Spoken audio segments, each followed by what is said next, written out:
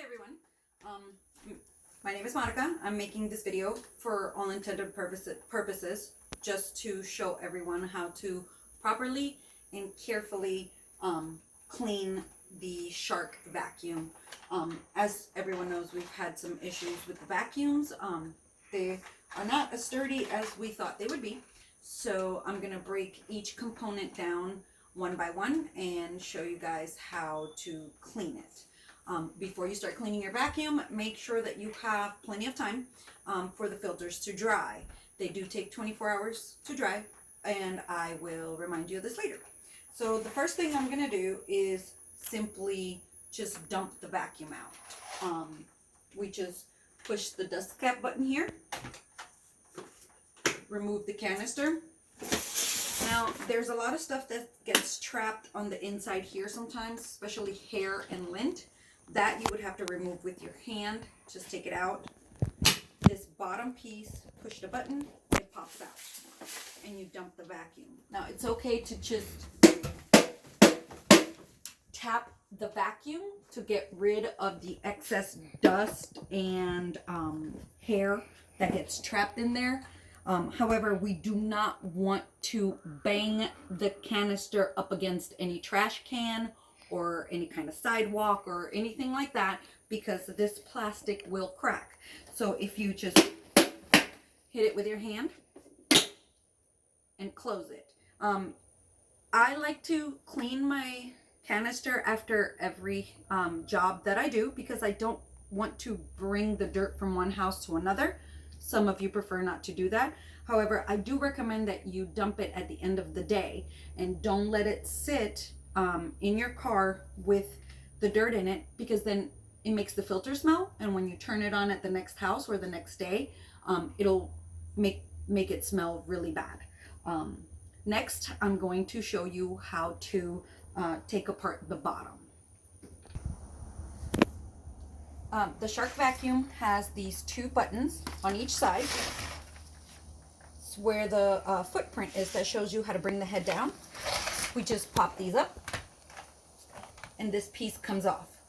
Now this is, you can wash this with just warm water and some drop of Dawn soap, and then you can dry it with a rag, and we'll go ahead and do that. But right now I want to show you how to take care of this roller. This is the more difficult part. This roller has a little tab and it says pull, and we just pull this right off. This needs to come off. It's okay to lay the vacuum down also. Do it carefully.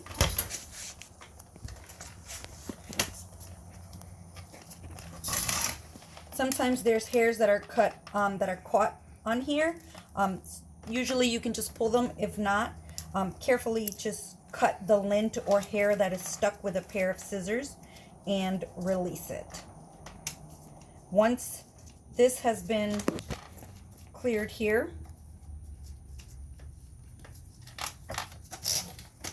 make sure that this is cleared. What happens sometimes is when we run the vacuum over a wet surface, the roller becomes damp, and the hair, dust, and dirt that it picks up gets caked up against here, and that will also keep the vacuum from turning. It'll keep the brushes from turning, and therefore you don't get the best suction and the best vacuuming job. Next, I'm gonna wash the roller in some warm water.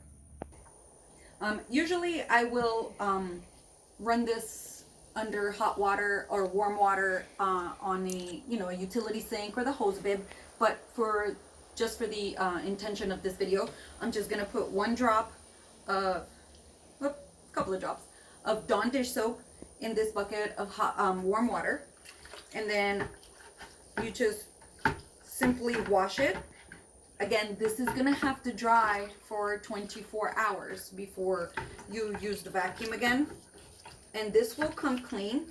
Make sure you rinse the soap off afterwards, which I will do on a hose bib. And this just air dries. Do not put this in the dryer. This will air dry and it'll get all that stuff that gets caked on there and it'll also make your vacuum look better. And next I'm gonna teach you how to clean the canister. Go. This is the canister. There is a, if you can look in there, there's a filter in there. This does not come off. Please do not attempt to take this off. But you can, I don't like to get the top part wet. I don't know what is in between this plastics, if there's something in there that should not get wet. So I normally tend to keep the water just from here down, and then I'll wipe in here with a rag. I have a hot water hose bib outside, so I'm gonna use the hose bib to get some warm water through here. You can do this in a sink. You can do it with a bucket. I think it's just easier to wash it out with the hose. Make sure you get the front of it. There's a lot of dirt that gets caked up here. Dog hair, cat hair, whatever kind of animal your customer has hair will get caked up in there. You can use a little bit of Dawn dish soap. I have used Fabuloso in the past. Just make sure you rinse it out really well.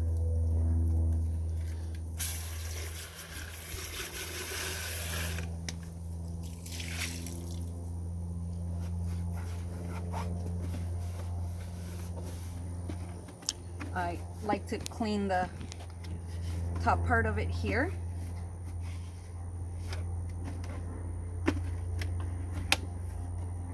I also don't like to show up to someone's house with dirty looking equipment, so I like to hit the outside too. It's just more presentable, it's more professional.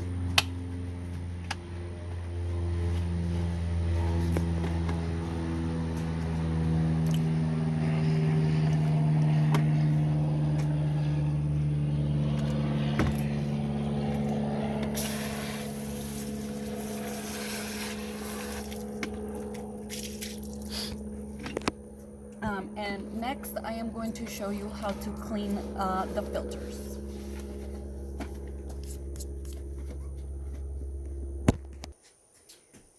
The Shark vacuum has two filters. The first one is the canister filter, which gets removed right here. And you take this out. This piece of plastic can also be washed. It gets coated in all kinds of dirt and animal dander and hair. Again, I run this underwater, but for the intentions of the video, we're just gonna do it in the bucket with warm water and a little bit of Dawn dish soap and a rag. This is completely submergible, but again, you do have to make sure that it is completely dry before you put it back in the vacuum.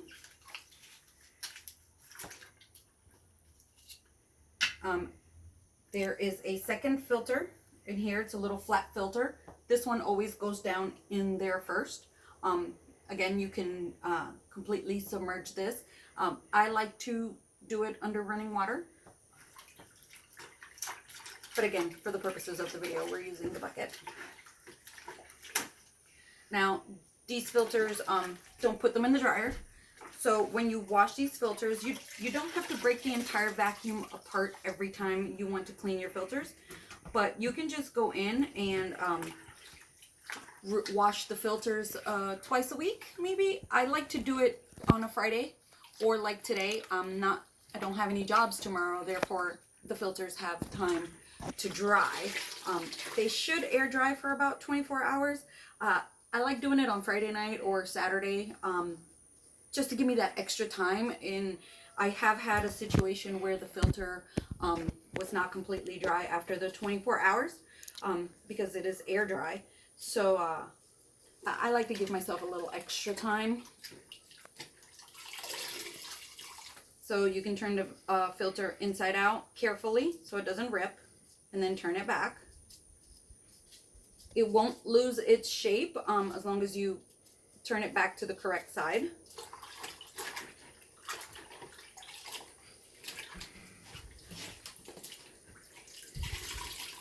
When you wring these out, don't turn them. This is foam and it'll rip it.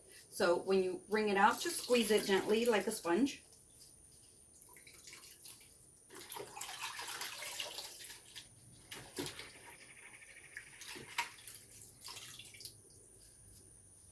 and then these will air dry. And next we are going to clean the area where the filters go. So I did a water change because I don't want to clean something with dirty water. So I just dip a little rag in warm water. Make sure it's fairly dry. You don't want any water dripping in to where the motor is. And you just wipe this out. This is very important to do, especially after construction cleanups, because we clean up concrete dust, we clean up a lot of the drywall dust, and when that dust gets damp, it turns into concrete and it will harden and it will make nothing move. So that is very important to do that. You can wipe the outside of this.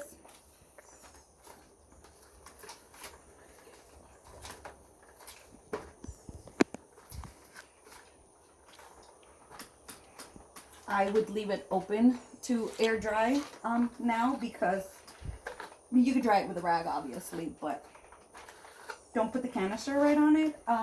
It's not, it'll just seal whatever dampness is in there.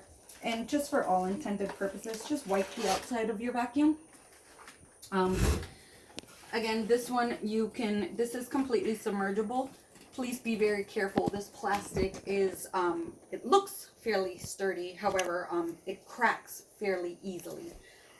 So we need to make sure that we are being careful with what we're running our vacuums into and how we're cleaning our vacuums.